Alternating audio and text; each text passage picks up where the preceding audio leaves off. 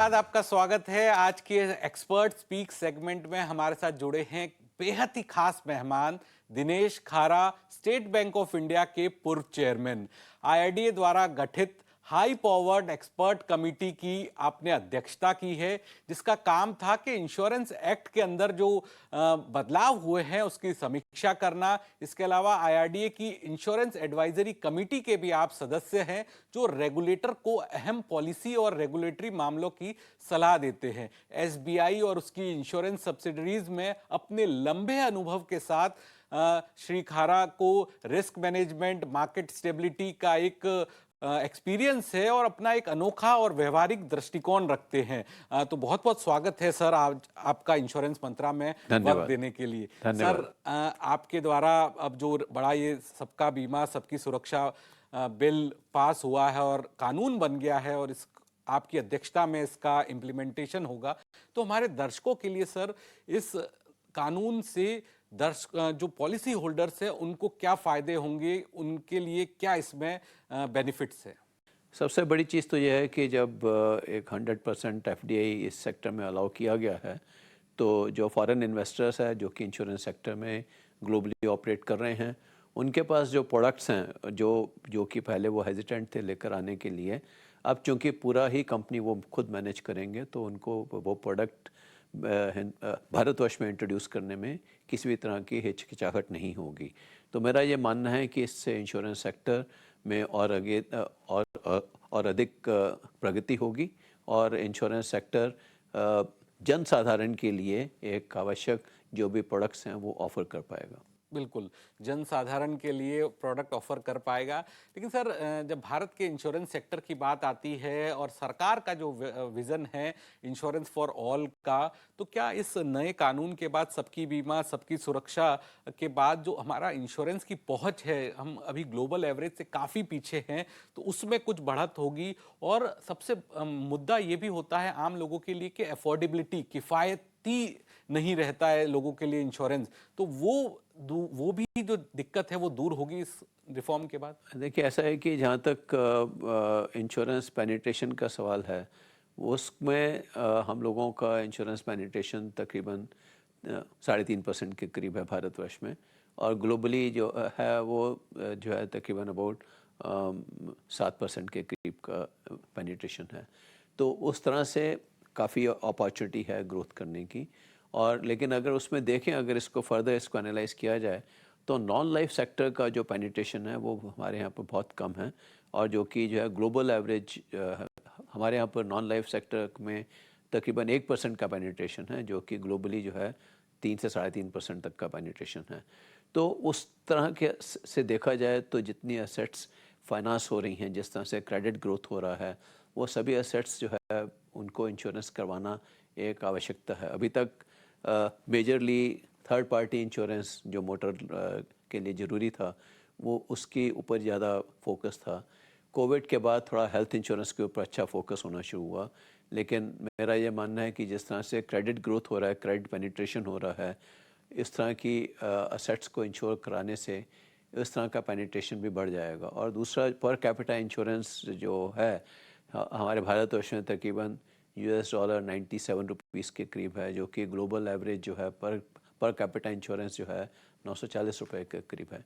Life insurance को हमेशा एक सेविंग्स का माध्यम माना गया है, और इसी कारण से यूलिप वगैरह काफ़ी प्रचलित हुए। और लेकिन हाल फिलहाल कोविड के बाद हम देख रहे हैं कि प्रोटेक्शन इंश्योरेंस में भी काफ़ी तेज़ी आ रही है, और इंश्योरेंस कंपनीज भी प्रोटेक्शन इंश्योरेंस बेचकर जन साधारण का जीवन सुरक्षित कर रही हैं।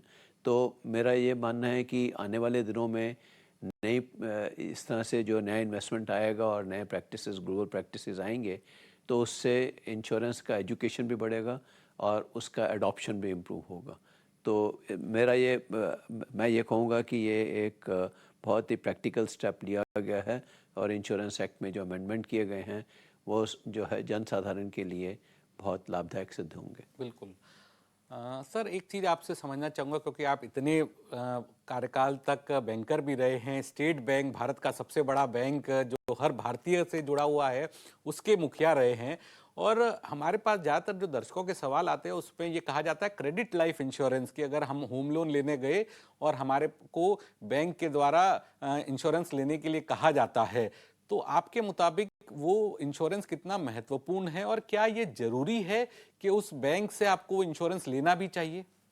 ऐसा है कि ज़रूरी तो नहीं है, लेकिन यहाँ अगर देखा जाए कि अगर एक परिवार के मुखिया की जो लायबिलिटी है उस अपने होम लोन को रीपे करने की, बाय चांस अगर कुछ अनटूवर्ड इंसिडेंट हो जाता है तो वो लायबिलिटी जो है घर परिवार के बाकी सदस्यों पर ना पड़े, उसके लिए क्रेडिट लाइफ लेने से उनकी अपना ही रिस्क मिटिगेट होता है।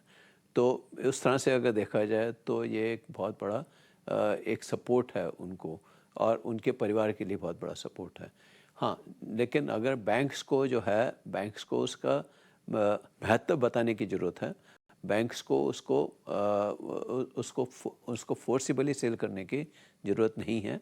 और अगर जो जो बोरोर है वो उसकी इम्पोर्टेंस को समझता है और इंश्योरेंस लेना चाहता है, तो बैंक इंश्योरेंस के माध्यम से वो उसको कन्वीनियंटली अपने लोन के साथ में उपलब्ध हो जाता है। हालांकि इंश्योरेंस की प्रीमियम ज़रूर होती है और कुछ बैंक्स तो इंश्योरेंस की प्रीमियम को फंड करने के लिए भी अलग से लोन की सुविधा भी उपलब्ध करवाते हैं। मतलब लेना चाहिए, उससे आपकी जो रिस्क है वो कम हो सकती है, खुदा ना खास्ता कुछ हो जाए कुछ भी हो तो जाए तो आपका जो घर है वो सुरक्षित रहेगा। आपका घर सुरक्षित रहेगा और आपकी लायबिलिटी जो है वो घर के परिवार के सदस्यों पर नहीं आएगी। घर के परिवार के सदस्य में।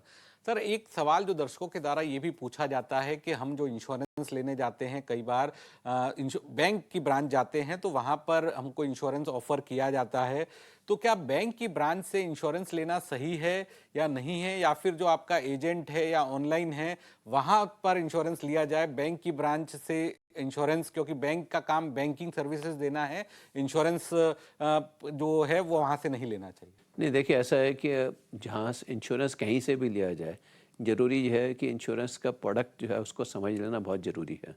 उसमें क्या क्या रिस्क कवर होते हैं वो जानना बहुत बहुत ज़रूरी है, और उनके लिए आपकी क्या प्रीमियम है वो जानना ज़रूरी है।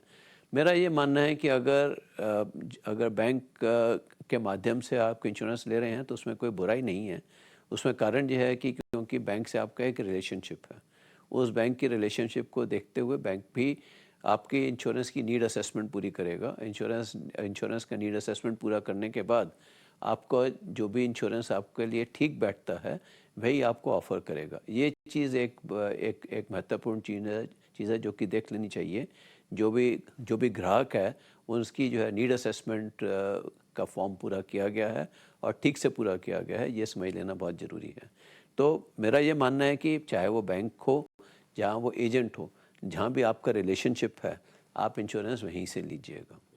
और सर, क्या कुछ फर्क पड़ता है अगर आपको इंश्योरेंस बैंक के एजेंट बैंक के चैनल से ले रहे हैं या फिर बाकी बाहर से ले रहे हैं, तो बैंक में जो बैंक को कमीशन मिलता है उसमें उसका स्तर कुछ अलग होता है और बाहर कुछ अलग होता है?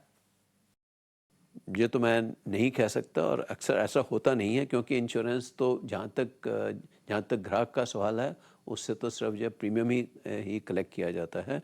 ये जो भी कुछ जो कॉस्ट वगैरह होगा ये तो मैन्युफैक्चरर जो कि इंश्योरेंस कंपनी है उनके लिए डिफ़र करता है। क्योंकि बैंक का अगर वो बैंक के माध्यम से इंश्योरेंस बेचते हैं या वो एजेंट के माध्यम से इंश्योरेंस बेचते हैं तो उसकी कॉस्ट में इंश्योरेंस कंपनी के लिए फ़र्क है।